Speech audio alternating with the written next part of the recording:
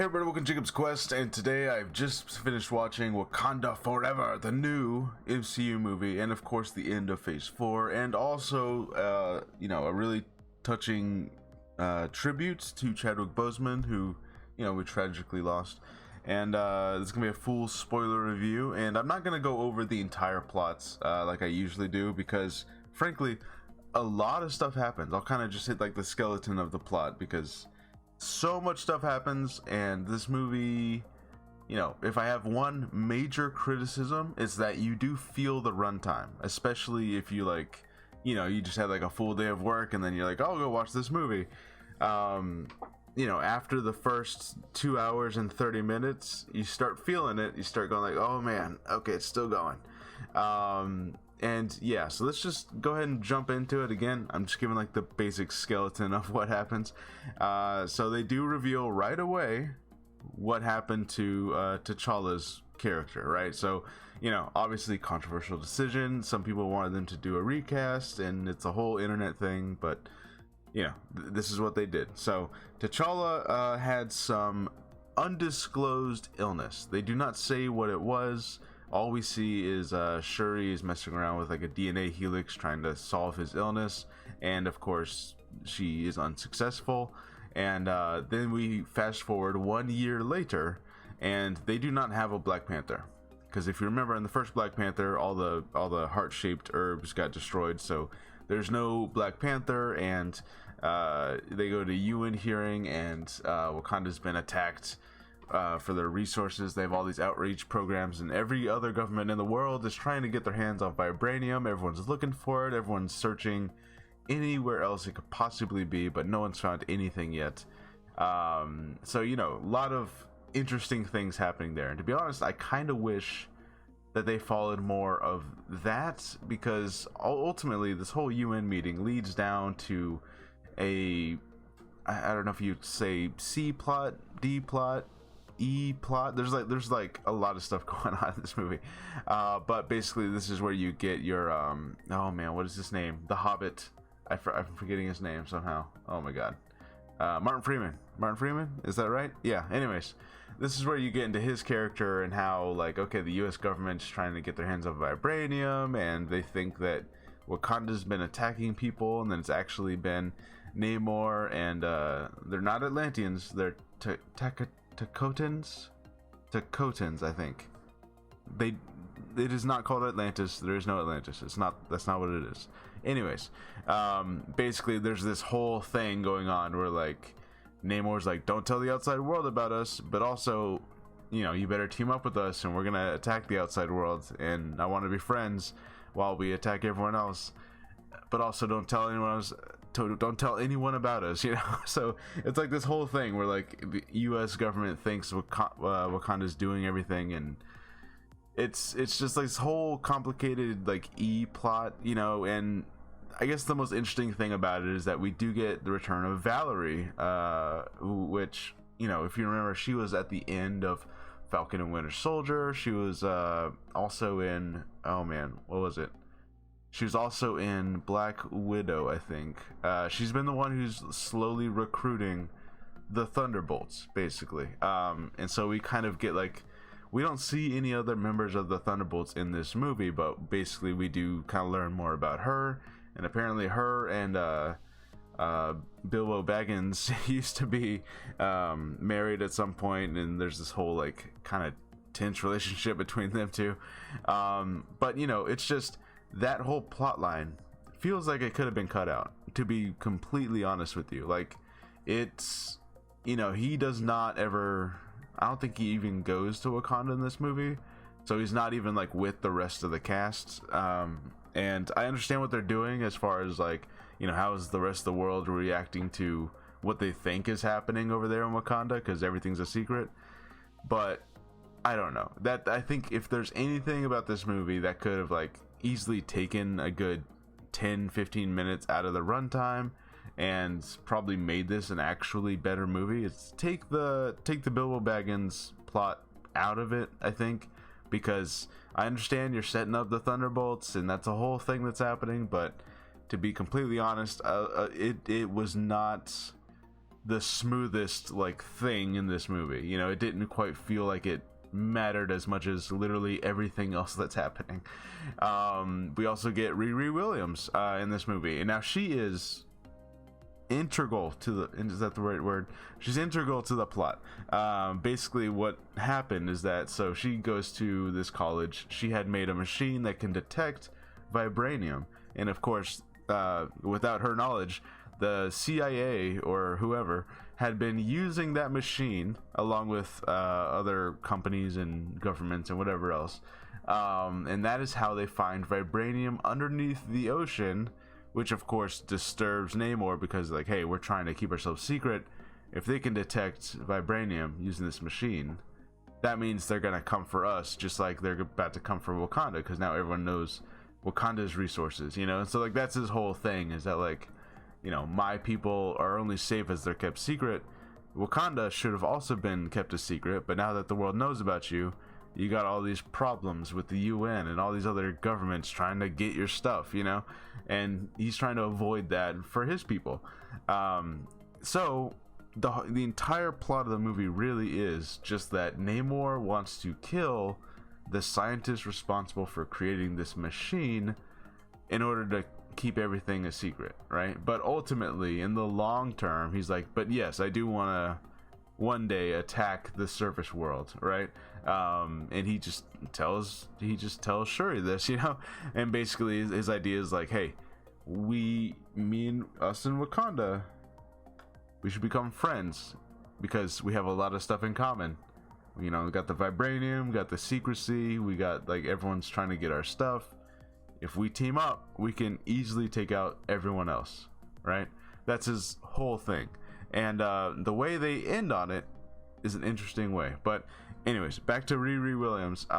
You know, so she's integral to the plot, and I've heard some people complain that maybe her plot line could have also been taken out, and I don't know, I maybe shortened somewhat, because they, you know, they introduce her as the scientist who created this machine, but they also go ahead and do the entire, like, yeah, she's building this suit of armor and now she's Ironheart, you know. They leave her in an interesting place too, where like, you know, she builds a complete set of armor that looks, I think, like the comics, right? And then they kind of say, but you can't take the armor with you and you're going back home. So she's getting her own TV show where I guess she's gonna have to start back at the original armor, which is like her makeshift kind of garage built armor. You know, it's obviously she's really smart, but she doesn't have the resources that Tony Stark had. You know, Tony Stark was rich, he could afford to just have like, yeah, I can, but she has to like scrounge around and try to build this stuff out of whatever she can. And I thought there was gonna be more of a comment on like, hey, you're building an Iron Man, you know, inspired armor.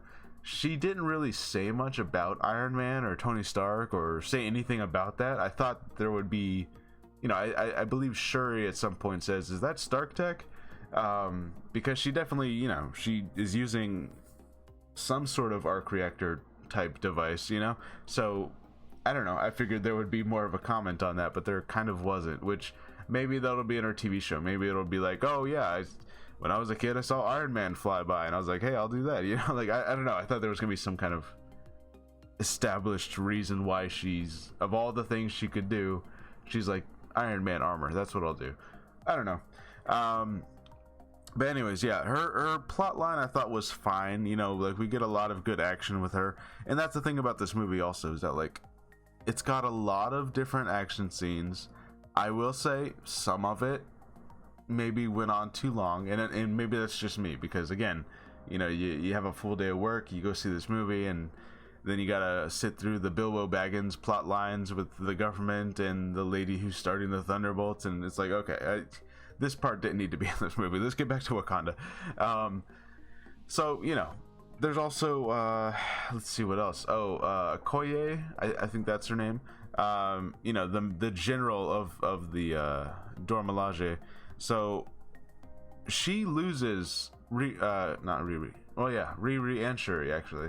So basically Namor comes and attacks them, and then Shuri agrees to like, hey, take me, don't kill the girl, let's go talk, let's figure this out.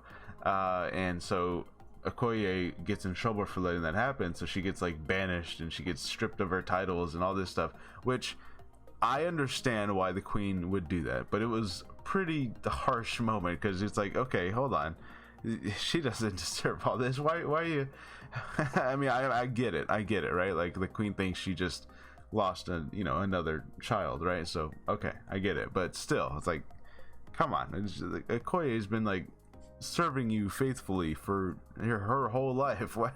This is a little harsh, anyways, so there's this whole other mini plot line where she didn't want to put on this like super armor that Shuri had been building, which, by the way, it's it's all blue and it looks like bird inspired. I don't know how you describe it really. It's kind of got like a beak in the mask, but anyways, there is also a lot of Iron Man. Look, my point is, like, you have Riri Williams making Ironheart armor, and then you have this other plot line where Okoye finally decides to put on this armor and she flies around. So you kind of have several Iron Man type characters in this movie, just all occupying the same thing. And then on top of that, you have Shuri, who the whole movie does not want to, she doesn't care about the heart-shaped herb. She only wanted, she was only trying to synthesize it, trying to artificially recreate it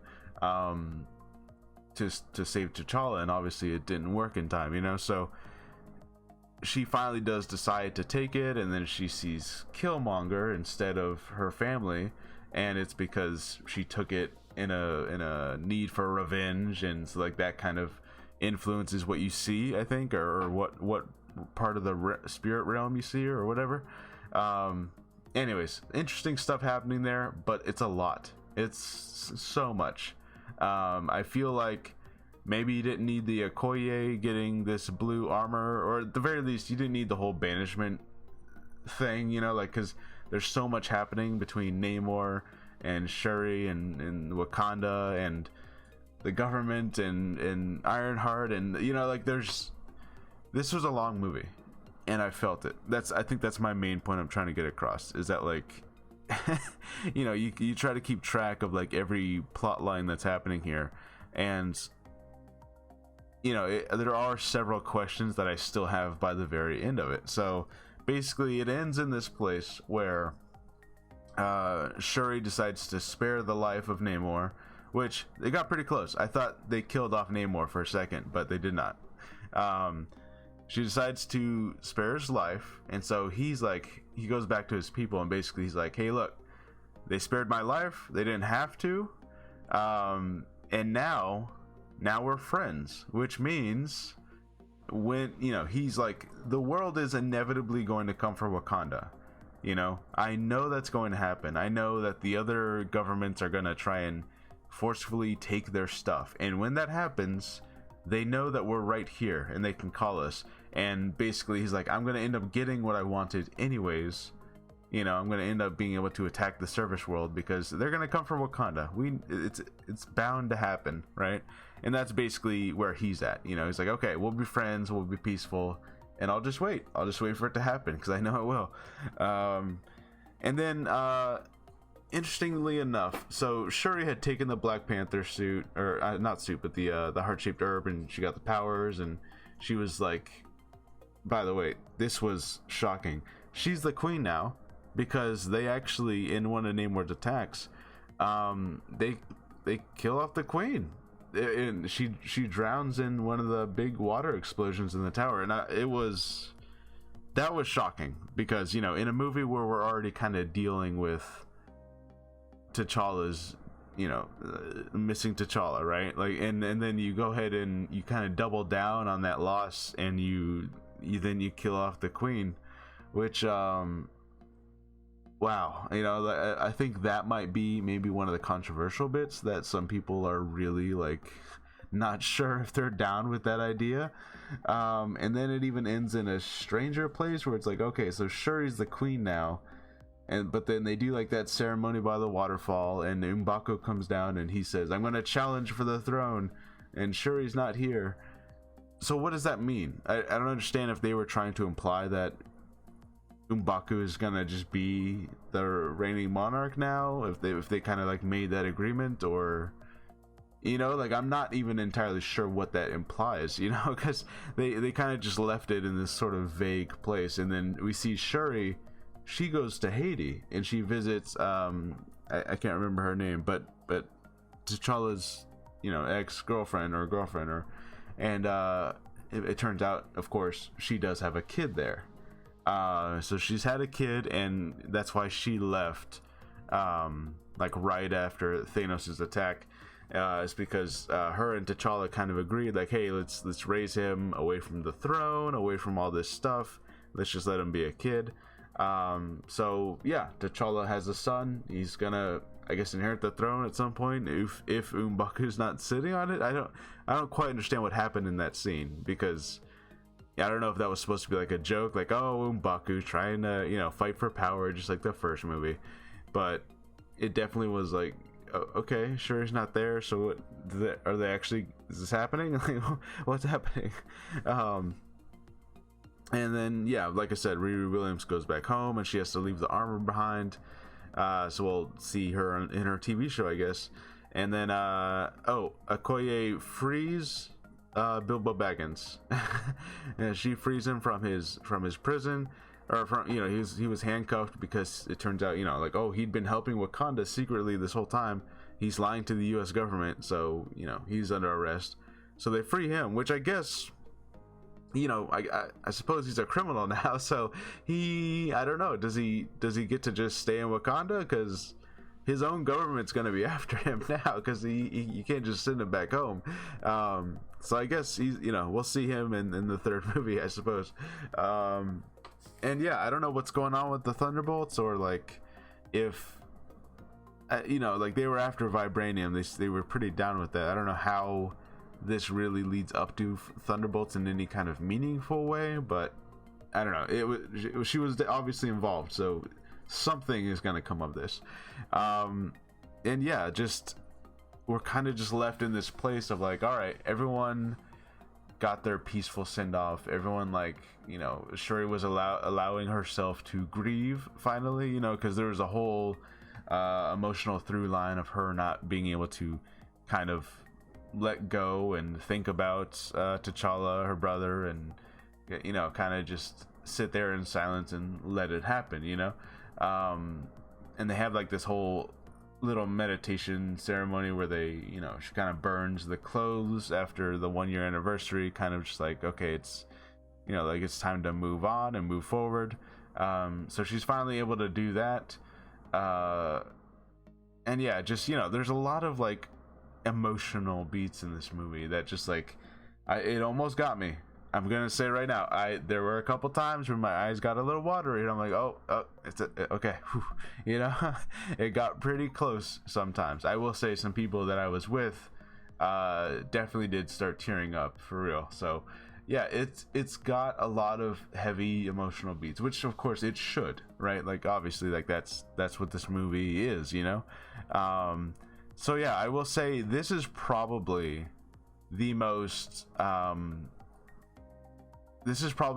emotional Marvel movie that they've ever made, like, because it's just, it feels more real than any of the other ones, in that sense of like there's genuine sadness and grieving happening here on screen. So yeah, I will say overall it's a pretty great movie. It's a little long. There's some plot lines here where I'm like, I don't, maybe you didn't need to have all this whole Thunderbolt set up or whatever was really happening there. And there's definitely some things that I kind of wish that they were more clear on. Like, was that M'Baku thing, was that a joke? Or is he actually taking the throne now? It was so unclear as to like what was actually about to happen there. And then they just cut away from it. So I'm like, okay, he's all right. I don't understand, but okay. Yeah, overall, I would say, like, I put my Marvel movies in am I gonna watch this again on its own, or is this just something I do on rewatches, on like marathons of everything? This is definitely a thing that I can watch on its own, so like this is just completely self-isolated, a really good movie. It's obviously like you know, it's so unlike what we've had recently, where it feels like between Thor Love and Thunder and She-Hulk, Marvel has recently been like more of just a, hey, look, we're self-referential, we're being really jokey, none of this is that serious, it's fine to just have fun. And now this is like, okay, but this is actually kind of serious, and we're not, you know, we're not joking so much anymore. And you know, let's talk about what happened, you know. So yeah, it's refreshing to get something that feels like they care about this, like this matters, like they're taking this seriously. Because, you know, I know a lot of people have been frustrated with Marvel lately, because it does feel like with some of those other projects that, like, you know, is just kind of a joke now. But now it feels like we're getting back to serious Marvel, where it's like, okay, no, but this is, you know, this is a dramatic story we're telling here, you know. So yeah, overall, I really enjoyed this movie. I do think there are some things that I wish were a little different, but I think all the choices that they made and the places that they left the characters in were all the right decisions. You know, like we have T'Challa's son, we have Shuri, she's Black Panther. It's kind of unclear if the whole M'Baku thing, but Riri Williams I really liked. And again, I think just the only actual weak link was the whole Thunderbolts. Is his name Everett Ross? Is that his name? Bilbo Baggins' name. You know, whatever his character's name is, but you know, I think that is really the only weak link, because it's not even that it was like bad necessarily. It was just that plot line felt so separate from everything else that's going on. And maybe that was its intent. Maybe it was supposed to kind of break up things and like give you a break from that, but I don't know. It just felt like, it almost felt like it was reshoots from later on, and they kind of added it onto the plot or something. I don't know. But anyways, I really enjoyed this movie. I think there's a lot of stuff that people are going to have opinions about, you know, like I think that they made the right decision on a lot of the calls they made. Other people might not. Other people are going to say, no, I just wish they did this, I wish they did that. But overall, pretty awesome. Namor is really cool. The way they have him flying around, kind of doing like a floating but jumping. He's kind of like hopping through the air, I guess, but like really fast. Anyways, a lot of it was really well done, really cool. Let me know what you guys think about Black Panther: Wakanda Forever, and I'll see you guys next time. Bye.